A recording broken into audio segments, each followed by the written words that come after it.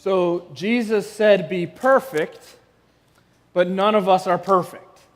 And so there's this disconnect of how do we deal with that. In the Sermon on the Mount, Jesus really laid out what it looks like to be a perfect person. And if we read through the Sermon on the Mount in Matthew 5 through 7, we realize very quickly none of us can meet that standard.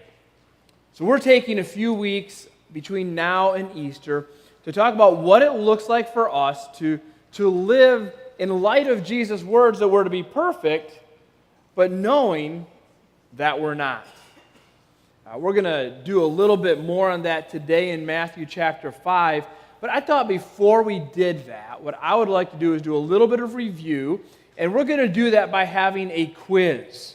Now, I know as soon as I say quiz, some of you are starting to sweat and get very nervous because you think, oh man, I'm going to get that big red letter that's not an A, B, C, or D. But I don't believe in negative reinforcement. I believe in positive reinforcement. So I'm going to reward you for knowing the answers to these questions. I have here some donuts, and we all like donuts. Ken, I need your help. Can you come up here and be Vanna? Some people don't know what Vanna means, but you don't have to come all the way up. I'm going to give you these donuts, but you don't get to keep them. You're going to have to give them away. Because when Jesus gives us something, we give it away. Absolutely. All right, so you're going to give these to the people who answer the questions correctly. So here's what I'm going to do. I'm going to ask you a question. If you know the answer, I want you to raise your hand. All right, and I'll try my best to figure out who get their hands up first. And if you get the answer right, you'll get a donut. So here's the first question. Those who escalate blank destroy their lives. Okay, way in the back there. Sharon, I think. Conflict, that is correct. She wins a donut. Yes. If in our lives we're always in conflict and always escalating conflict, then we end up destroying our lives. Here's the second question. You can either escalate conflict or promote blank. This is a tougher one. It's close. I mean, that's right. It's not the word I was looking for, but it's good enough. Wait, somebody else has it? Harmony. Again, that's right. We're going to end up splitting this donut so many ways. Unity's good too. Wait, I heard it. Yes, it's reconciliation. Let's split the donut for everybody though. Yeah, I should have put a little R there, I know, but the word we used last week, yes. Okay. You're getting your steps in today. So, yes, reconciliation. Remember, Jesus calls us to be people of reconciliation, right? He doesn't want us to always be escalating conflict. He wants us to be reconciling with one another. It's a choice we make often in life. Am I going to escalate conflict or am I going to promote reconciliation? Now, this next question, don't put it up yet. Before we put it up, it's a multiple choice. And so I'm gonna give you guys the opportunity. This is like double jeopardy or something. You know, who thinks they're going to get the question right? Okay, right down here. Yep. Okay. It can't be Ashley because she was in first service, so that's not fair. But Andrew, it's you. All right. So let's go ahead and give him the question. One of the surest indicators of internal righteousness is our church attendance, donut consumption, relationship with others, or length of prayers.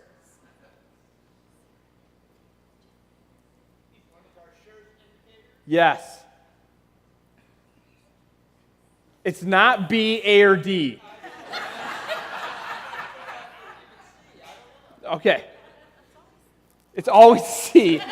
That's from a teacher. It's always C. So now you know. Did you say C? C, good, all right, well done.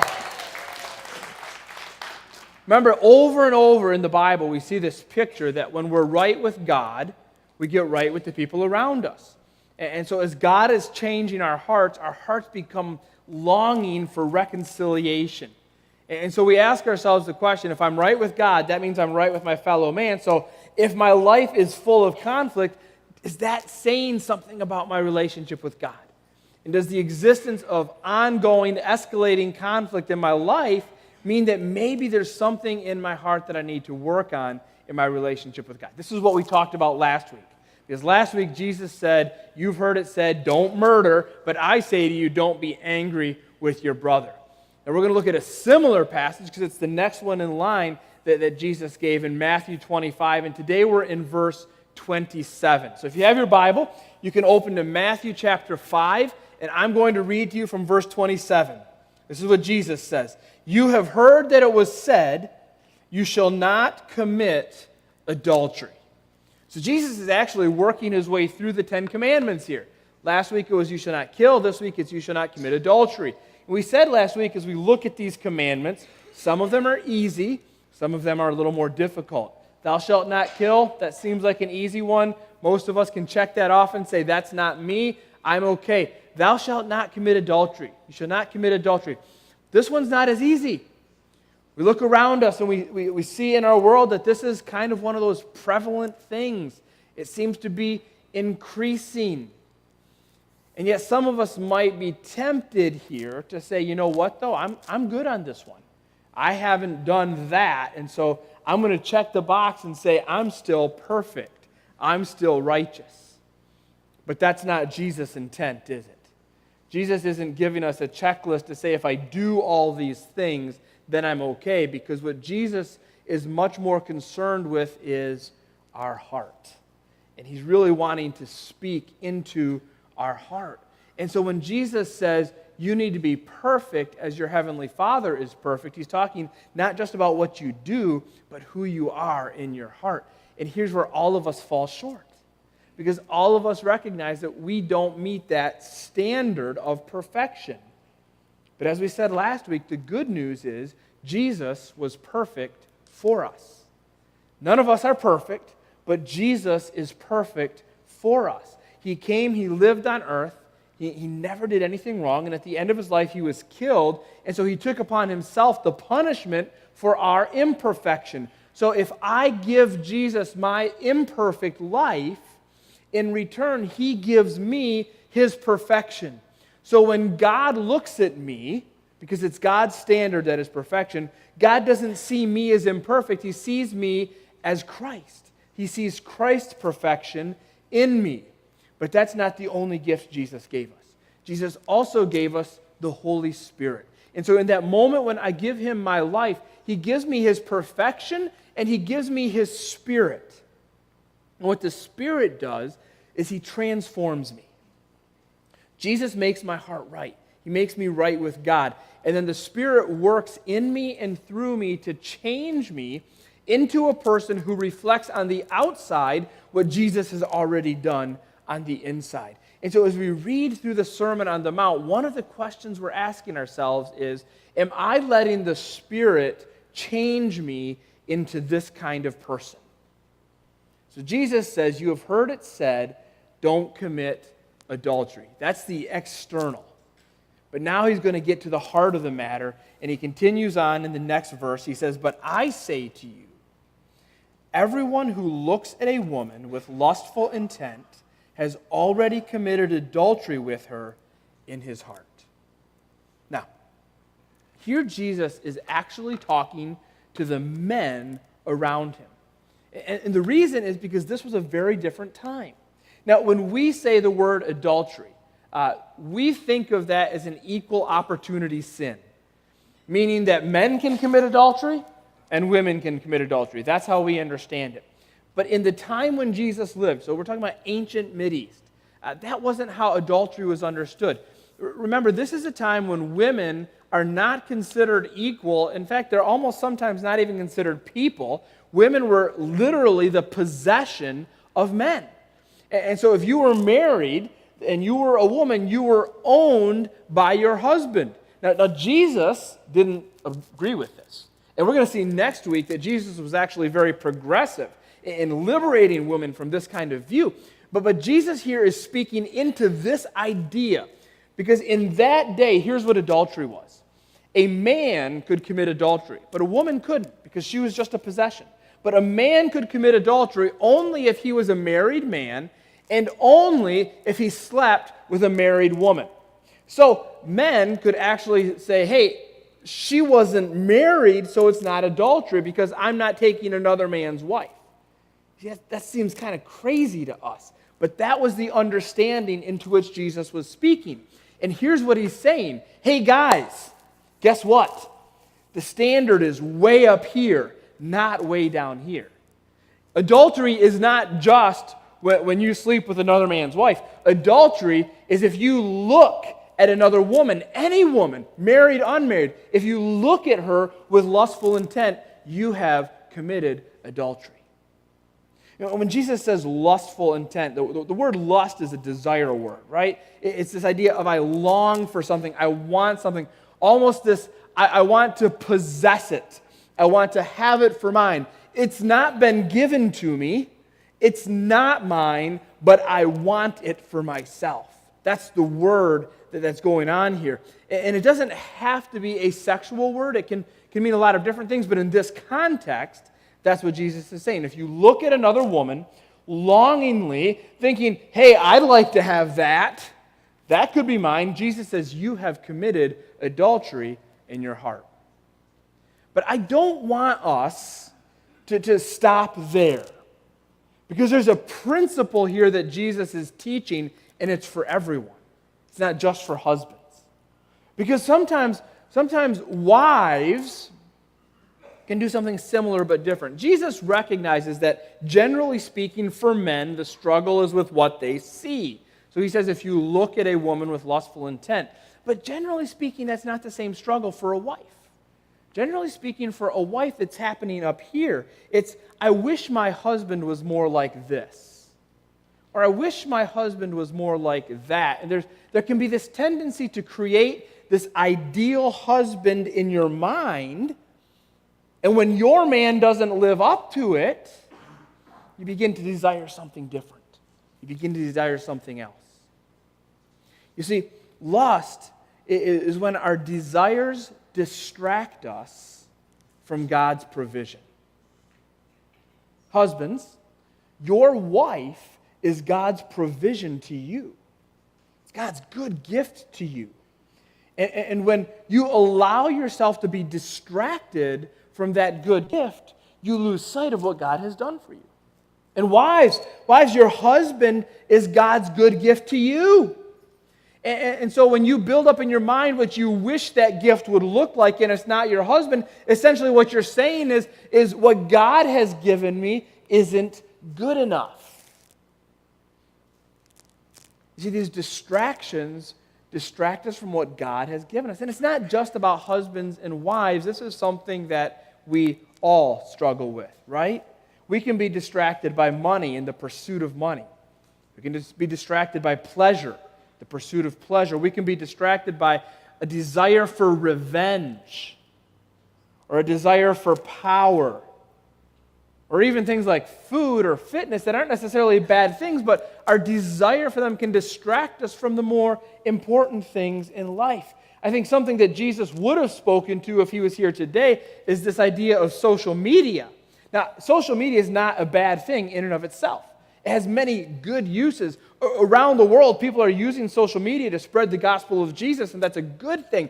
However, it can sometimes distract us from God's provision. Think with me here. Every moment you live is a moment God has provided for you. This moment right now, God has provided this for you. 10 minutes from now, that moment, God has provided that for you. And every moment we have that God has provided, we have a choice of how to use that gift from Him.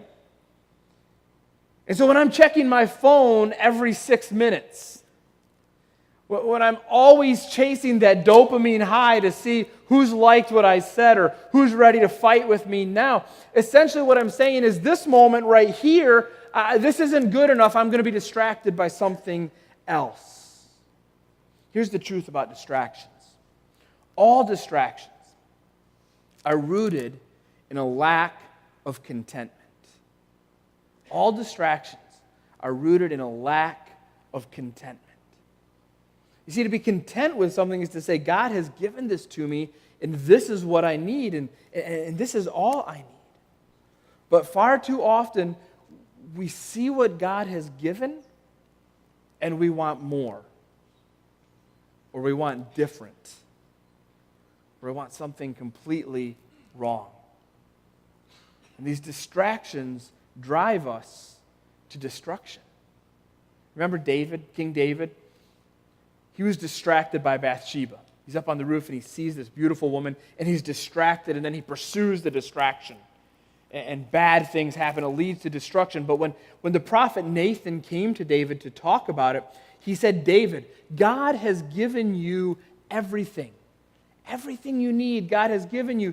And you were not content with it. And so you were distracted by something else. You see, when I am content with what I am focusing on, I don't get distracted. And you've experienced this in your life.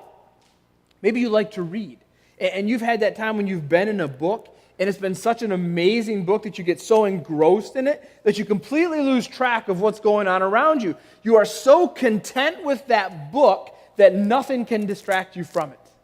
Or maybe it's a television show, and you're so into your show that you watch it, and it doesn't matter, your house is burning down around you, you can't be distracted. Why? Because you're content with what you're watching. When we're content with what we're focused on, we're not distracted. Paul talked about this in the book of Philippians. Let me read to you from Philippians chapter 4. Paul writes this, I know what it is to be in need, and I know what it is to have plenty. And I have learned the secret of being content in any and every situation, whether well-fed or hungry, whether living in plenty or in want. I can do all this through Him who gives me strength. Paul says, doesn't matter where I am, doesn't matter what's happening to me, I can be content. And that sounds really good, doesn't it? You need to understand where Paul was and what was happening to him when he wrote this. See, when Paul wrote the book of Philippians, he was sitting in a Roman prison. And he was waiting to go on trial before Caesar, and he understood that likely he would be executed. And so sitting in a prison, knowing he probably was going to be executed very soon, he says, I can be content in any situation. Now, how many of us would be able to write that? Sitting in prison, waiting to die. Yeah, I'm perfectly content with this. I'm good with this. But Paul says the reason I can do this is I can do it through Him who gives me strength. You see, Paul was content because he was focused on Jesus and what Jesus had provided. That He's going to give me everything I need. And while this may not be what I want, He's got it. And He's going to provide what I need here. And so I can be content because I rest in His strength. That's the secret to contentment, is keeping your focus on Jesus and what He has provided. Now, as we go through these passages in Matthew, we're going to see a pattern over and over. Jesus says, you have heard it said. And there He's talking about what the Pharisees and the scribes were teaching the people. You have heard it said. And then Jesus says, but I say to you. And now Jesus is kind of remixing their teaching. He's saying, here's what the heart looks like behind the action. And then Jesus says, now here's how you implement this in your life. So last week, Jesus said, you have heard it said, do not kill, but I say to you, don't be angry with your brother. And then He gave us very practical instructions. He said, if you go to the altar and there remember that your brother has something against you, go and make it right with him. Or if you're walking to court, settle the matter before you see the judge, because you don't know how the judge is going to rule. Jesus was saying, look, if anger is a problem for you, then you need to resolve it quickly and completely. Teaching practical application. Now, He does the same thing for us here. And we're going to look at it in just a minute. He says, don't commit adultery. Now the heart is this idea of lust or desire, which is being distracted because of a lack of contentment. And now He says, here's how we're going to deal with that. So I'm going to give you two really practical applications here to help you cultivate contentment in your life. Here's the first one. Relentlessly remove the world's distractions. All those things in your life that tend to distract you from what God has provided. You need to remove those. Get rid of them. Release them. Listen to what Jesus says. This is verse 29. If your right eye causes you to sin, tear it out and throw it away. These are strong words. For it is better that you lose one of your members than that your whole body be thrown into hell. And if your right hand causes you to sin, cut it off and throw it away. For it is better that you lose one of your members than that your whole body go into hell. Now, what do we do with this? Jesus is telling us to rip out our eyes and cut off our hands. Now, I think probably lots of you have read this verse before.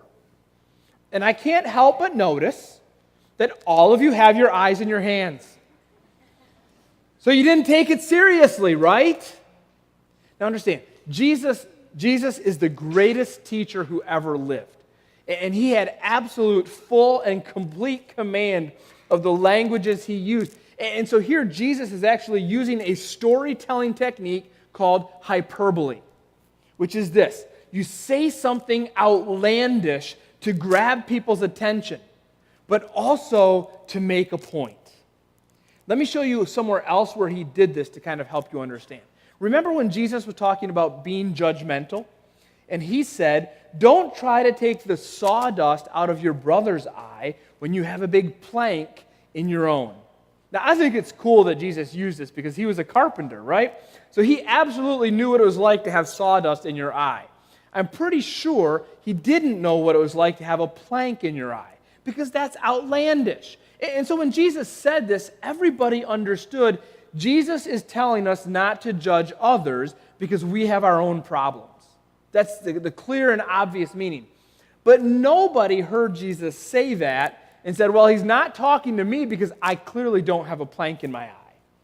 They understood he was saying something outlandish to grab their attention, but to make a point. And so Jesus says, hey, if your eye causes you to sin, rip it out. If your hand causes you to sin, cut it off. He's saying something outlandish to get your attention, but also to make a point. And don't miss the point, because it's really important. Here's Jesus' point. If you can't control yourself, take radical action before you destroy yourself. What Jesus says is, look, it's better to go to heaven with one eye than to be cast into hell with both. That's actually a true statement. And what Jesus is saying is, if you've got this distraction that keeps pulling you away from me, take radical action to get rid of that. Now listen. Sometimes we like to make excuses, don't we? Yeah, Jesus, I hear what you're saying. I shouldn't be looking at that. But you know, it's just so natural, I can't stop. Jesus, I know what you're saying. I shouldn't be engaged in this conversation. It's distracting me from what you've provided. But honestly, I just keep getting drawn back in, and it's just too hard to resist. Yes, Jesus, I know I shouldn't go here. I know I shouldn't do this. And I'm trying not to, but it's kind of hard. Jesus says, cut it off. Cut it off. Now, if you thought that this was actually meaning, cut your eye out if you look at something bad, would you work a little harder to not look at something bad? And if it meant cut your hand off so you don't take anything that doesn't belong to you, would you rethink? Next time it's just a small thing. You see, Jesus has a point here. And his point is take radical action to get rid of those distractions that keep you from seeing my provision for you. That's kind of our second thing, God's provision. If I want to cultivate contentment, I need to get rid of all of the distractions, but I also need to freely consume God's provision. God has provided so much for all of us. See, listen, we're filling our lives with something. Right now, you are filling your life with something.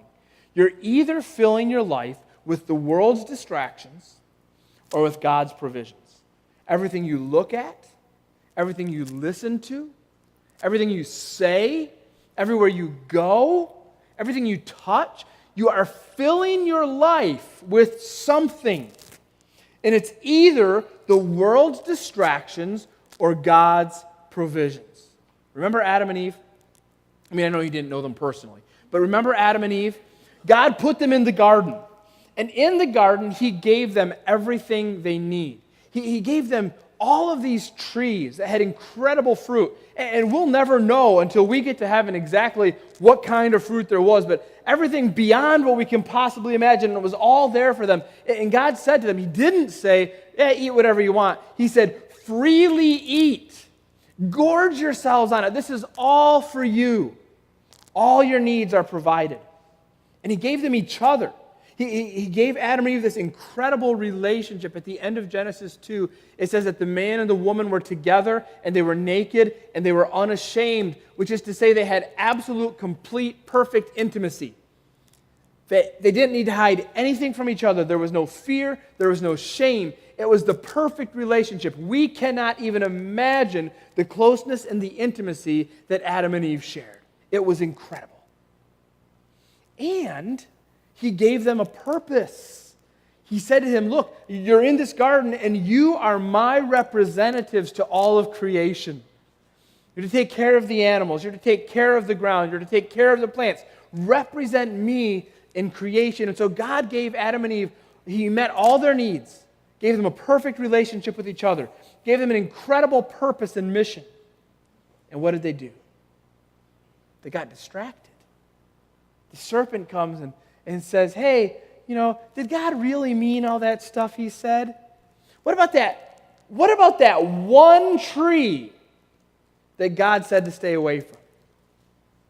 See what's happening here? God's given them so much. And there's one tree over here that God says, don't eat this fruit. Everything else is fruit. Don't eat this fruit. But what do Adam and Eve focus on? The one thing they can't have. And this is exactly what we do, right? We focus on what we don't have instead of everything that God has given us. Instead of freely consuming all that God has provided, we're looking around saying, well, what don't I have? God hasn't given us exactly what He gave Adam and Eve, but it's really similar. See, God still meets all of our needs. Now, He doesn't give us everything we want because everything we want is not good for us. And He doesn't give it to us in our time. It's His time because He knows the best timing. But God always provides everything we need. And God has filled our lives with relationships, with people who love us far more than we know. Because so often we close ourselves off to those people. I was having a conversation yesterday with someone who's going through just an incredibly difficult time. And one of the things she shared with me was that she was so surprised by how many people were willing to drop everything and come alongside her to walk through this difficult time. She said, I never knew how many people loved me. And I thought, man, that's true of all of us, isn't it? We have no idea how many people would drop everything to walk with us, but we don't engage those relationships. God has provided those relationships for us, and we're more included to isolate ourselves and be alone instead of engaging the relationships that God has given us. Just like Adam and Eve had a purpose and a mission, God has given us a purpose and a mission. He said to us, you are my representatives. Represent me to the world. Here's the thing. When we're focused on doing what God has called us to do, we find great contentment in that. And we don't get focused on all of the stuff we don't have. So knowing that God has met all of our needs, we ought to be grateful. We ought to be regularly thanking Him. Knowing that God has surrounded us with people who love us, we ought to engage them. Knowing that God has given us a purpose and a mission, we ought to be His representatives. That is what it means to freely consume God's provisions. If I want to be content, I need to let go of all of those distractions. I need to consume all that God has provided. The song that we sang just before the sermon, we're going to sing it again because it fits perfectly with what we're talking about this morning. The first words of the song are, "The riches of this world will fade." Do you hear that? We're not just talking about money here. We're talking about everything this world offers, all those distractions. They will fade, they will not last. But then the song says, "The treasures of our God remain." What God has provided is what we need, not just now, but for eternity. We sing these words, "I surrender." What does it mean to surrender? To give up. To lay aside everything. I'm going to surrender all of these distractions. I'm going to give them up. But surrender also means that I give myself up to someone. And so when I say surrender, I say I'm letting go of the distractions, but I'm also giving myself up to your provision.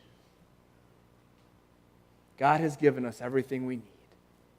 Let's be content in that. Let's pray. Father, you've done so much for us. And I sometimes feel like we don't focus enough on what Jesus has done for us and the salvation that you've provided for us. We know that that is really, truly the one thing that we need. So thank you for that. Thank you for all that you give us, how you lavish your love on us. You provide for all of our needs. You give us far more than we deserve. We are grateful to you for that. Help us to be people. We're not distracted by everything that we don't have, but are content with everything that you've provided. In your name, amen.